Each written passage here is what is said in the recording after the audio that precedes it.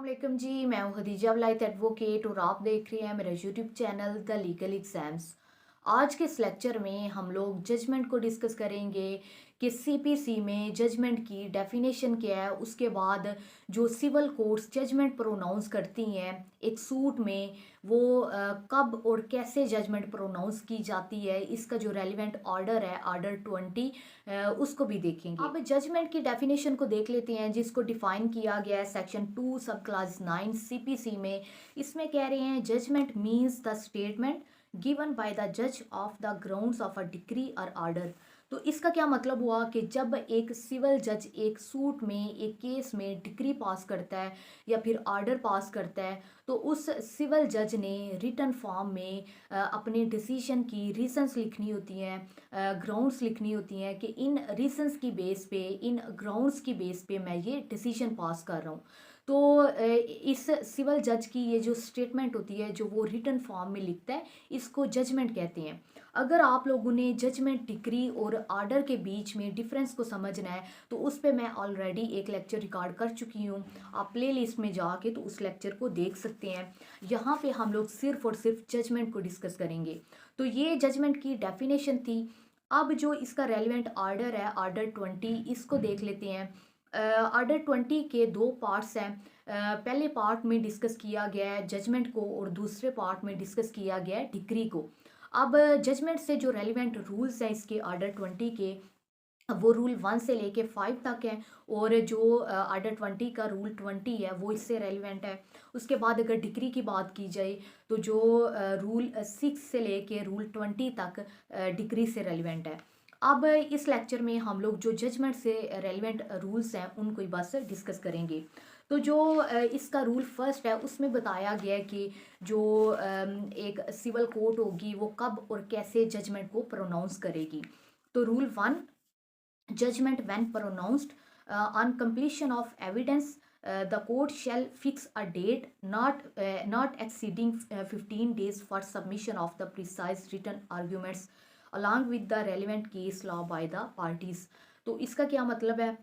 Rule 1 का जो class 1 है कि जब एविडेंस क्लोज हो जाएगी, जो प्लेंटिफ और डिफेंडेंट है अपनी अपनी एविडेंस सबमिट करवा देंगे, तो फिर कोर्ट एक डेट फिक्स करेगी और वो डेट 15 डेज से ज़्यादा नहीं होगी।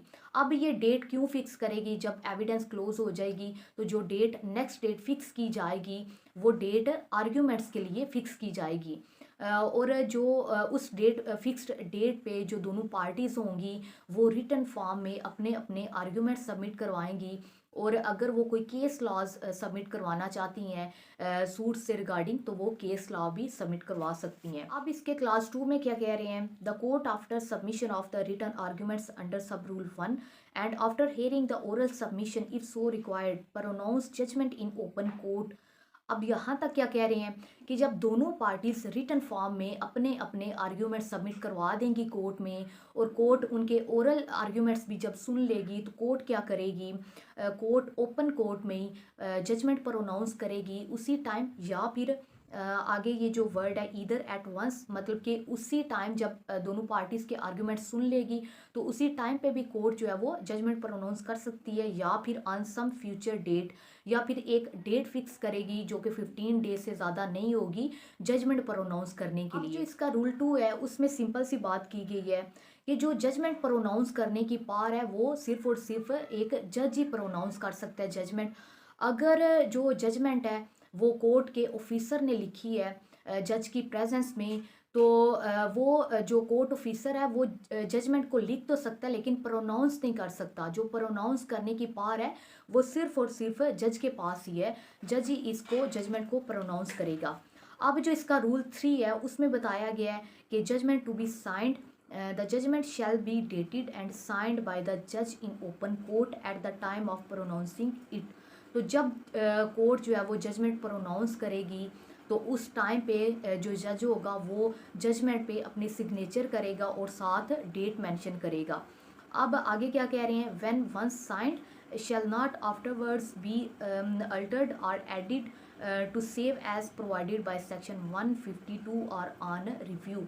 तो अब इसमें क्या कह रहे हैं आगे कि जब एक जजमेंट पे जज अपने साइन कर देगा, उस पे डेट मेंशन कर देगा, तो फिर उस जजमेंट में वो जज कोई भी चेंजिंग्स नहीं कर सकता, ना ही उस जजमेंट में और कोई एडिशन कर सकता है। अब जो इसमें अगली बात कर रहे हैं, save as provided by section 152, इसका क्या मतलब है कि जनरल रूल तो ये है कि जब एक जजमेंट पे कोर्ट जो है वो साइन कर देगी, उस पे डेट लिख देगी, तो फिर उसको अल्टर नहीं किया जा सकता, उसमें कोई एडिशन नहीं की जा सकती। लेकिन ये जो सेक्शन 152 है, ये एक एक्सेप्शन है इसकी।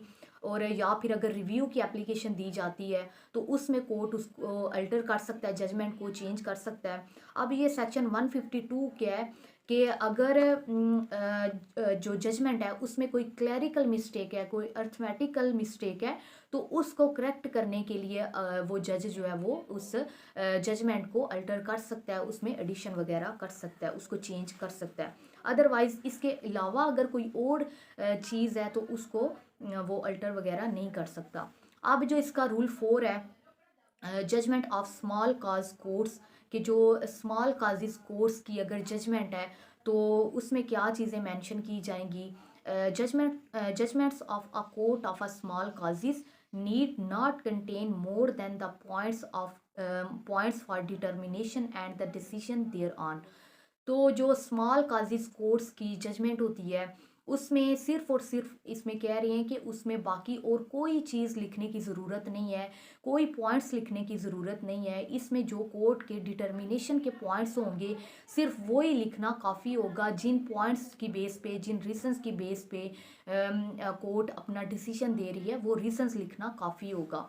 अब आगे कह रही हैं इसके क्लास 2 में, judgements of other courts in small cause courts के अलावा अगर कोई कोर्ट्स है तो उसकी जजमेंट में क्या क्या चीज़ें मेंशन की जाएंगी। Judgments of other courts shall contain a concise statement of the case. तो पहली चीज़ आ गई कि जो बाकी कोर्ट्स होंगी उनकी जजमेंट में जो केस के कंसाइज फॉर्म में फैक्ट्स होंगे, स्टेटमेंट होगी, कंसाइज फॉर्म में वो केस की लिखी जाएगी जजमेंट में। उसके अलावा the points for determination, courts जिन पॉइंट्स की बेस पे, रीजंस की बेस पे, ग्राउंड्स पे वो केस को एडजुडिकेट कर रही है वो रीजंस लिखेगी। उसके बाद डिसीजन जिन ग्राउंड्स पे दे रही है और and reasons for such decision, वही चीज़ आ गई कि इसमें कोर्ट ने कंसाइज फॉर्म में केस के फैक्ट्स भी लिखने होते हैं और रीजंस और ग्राउंड्स भी लिखनी होती हैं। उसके बाद जो इसका रूल 5 है उसमें कह रहे हैं court to state its decision on each issue in suits in which issues have been framed. तो ऐसे केसेस जिनमें इश्यूज फ्रेम किए जाते हैं, इश्यूज कोर्ट फ्रेम करेगी, उसमें क्या करेगी court, the court shall state its finding or decision with reasons therefor upon each separate issue unless the finding upon any one or more of the issue is sufficient for the decision of the suit. तो simple सी बात इसमें है कि अगर ऐसे cases, ऐसे suits जिनमें इश्यूज पहले कोर्ट फ्रेम करती है, तो कोर्ट ने जब अपनी जजमेंट लिखनी है, जजमेंट प्रोनाउंस करनी है, तो हर इशू पे कोर्ट ने अलग से अपनी फाइंडिंग्स देनी है, रीजंस बतानी है कि इन रीजंस की बेस पे मैं इस इशू पे फाइंडिंग्स दे रहा हूँ ये।